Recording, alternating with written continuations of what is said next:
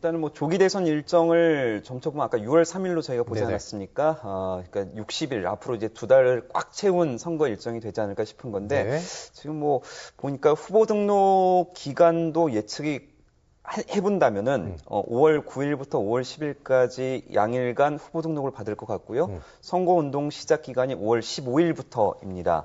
그리고 사전투표가 5월 30일, 5월 31일 정도 될 것으로 보이고 선거일이 6월 3일 이렇게 될 것으로 보이는데 일단은 한덕수 대통령 권한대행 체제에서 대선을 실시하게 됩니다. 각 당의 대선 후보 선출 과정 그리고 선거운동 기간 등을 고려하면은 선거일은 최대한 이제 늦춰서 6월 3일이 되는 건데 아까도 말씀드렸지만 민주당 입장에서는 이미 유력한 대선 후보가 그렇죠? 이재명 대표로 점쳐지는 네. 만큼 단일 대우 기조 속에서 조속한 조기 대선의 상황을 침착하게 치르게 될 것 같고 국민의힘 같은 경우는 아직 확연하게 대표 주자라고 부를 수 있는 상황이 아니기 때문에 국민 그러니까 지지자들을 충족시킬 수 있는 후보자를 선출하기 위해서 노력이 있을 거라고 보입니다. 다만 이제 그 친윤이냐 비윤이냐 어떤 내적 갈등, 내부 갈등 그러니까 그 탄핵 소추안을 의결할 때에도 국민의힘 당론과 다르게 이제 탄핵을 찬성하는 그런 의견들도 나오지 않았습니까? 이런 부분에 대해서 내부 갈등을 어떻게 소화하고 통합해서 대선을 치르게 될지가 좀 관전 포인트가 되지 않을까 싶습니다. 네.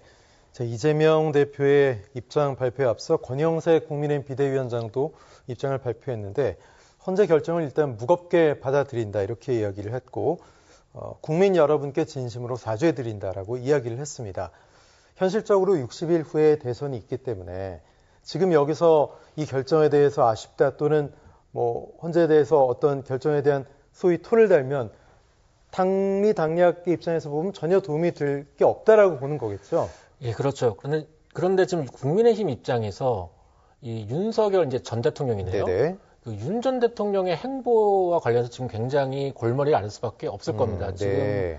윤 전 대통령은 우리 헌정사에 자기 확신과 자기애가 가장 강한 대통령으로 기록이 될 텐데요. 현재 이 헌법재판소의 이 파면 선고에 대해서 승복 입장을 내놓고 있지 않습니다. 납득하기 어렵다고 지금 윤 대통령 측 대리인단지 밝히고 있는데 이렇게 되면 이제 60일 후에 늦어도 6월 3일에 조기 대선이 치러지는데 국민의힘 입장에서는 그렇다면 윤 전 대통령과 어떤 관계를 정립해야 될 것인가? 당내 어쨌든 친윤계가 상당히 많기 때문에.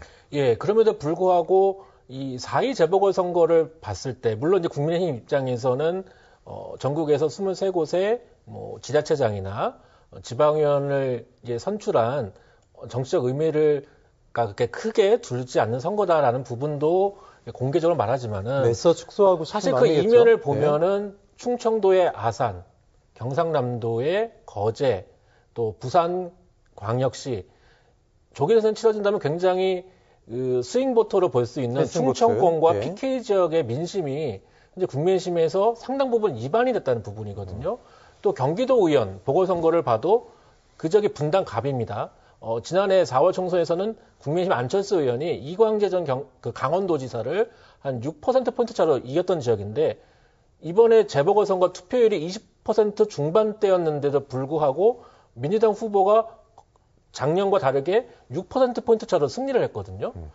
그렇다면 이 중도층의 민심에 있어서도 또 PK나 충청권의 이 스윙보트 입장에서 봐도 윤 전 대통령의 12.3 비상계획 조치는 있을 수 없는 반헌법적 이 조치였다라고 중도층이 다수가 판단하고 있는 것인데 만약 윤 전 대통령이 본인은 계속 잘못한 것이 없다. 나는 정당한 계엄이었다라고 만약에 뭐 그거 유튜버를 통해서 발언을 하거나 또 국민의힘 일부 친윤계 의원과 연대를 꾀한다고 한다면 국민의힘 입장에서는 조기 대선에서 어떻게 대처할지 지금 당 지도부나 뭐 다수 의원들이 굉장히 고민할 수밖에 없는 상황입니다. 네, 지금 윤종하 기자가 윤 전 대통령이라고 이야기했는데 생각해보니까 저도 맞아서 깜짝 놀랐는데 이렇게 되면 어떻게 됩니까? 김용재 기자. 즉시 어쨌든 관절을 비우고 나와야 되죠?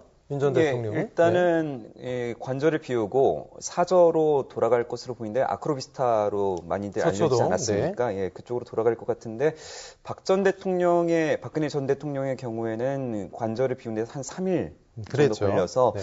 그 정도 기간이 걸리지 않을까 싶고요. 대통령직은 11시 22분부로 즉시 상실이 됐습니다. 그리고 이제 탄핵으로 파면된 대통령의 예우에 대해서 잠깐 말씀을 드리면, 일단은 탄핵으로 파면된 대통령은 전직 대통령 예우에 관한 법률에 따라서 일단 연금을 지급받을 수 없게 됩니다. 예, 대통령 급여가 올해 2,600만 원 수준이라고 하는데, 연금은 이제 전직 대통령 예우 유지 시에 연간 1억 6천만 원 정도라고 하고요. 당연히 급여 지급은 즉시 중단이 되고 퇴임 뒤에 연금을 못 받는다는 말씀 다시 한번 드리고요. 이제 사무실 지원이나 비서관이나 운전기사 지원들이 전직 대통령들에 해서 지원이 되고 있거든요. 이제 이런 것도 박탈이 되고 의료 지원도 박탈이 됩니다. 근데 이제 가장 중요한 거는 대통령으로서 형사소추권이 제한이 됐었는데, 이제 자연인으로 돌아간 만큼 형사소추권이 다시 한번 살아나게 됩니다. 불소추 특권이 사라지게 되는 거죠. 그러니까 윤 대통령을 상대로 한 수사, 그리고 기소가 가능하다는 것을 의미하고요. 아마도 그 내란 우두머리 혐의를 받고 있는 것에 대해서 자연인 신분으로 형사재판도 받아야 할 가능성이 있습니다.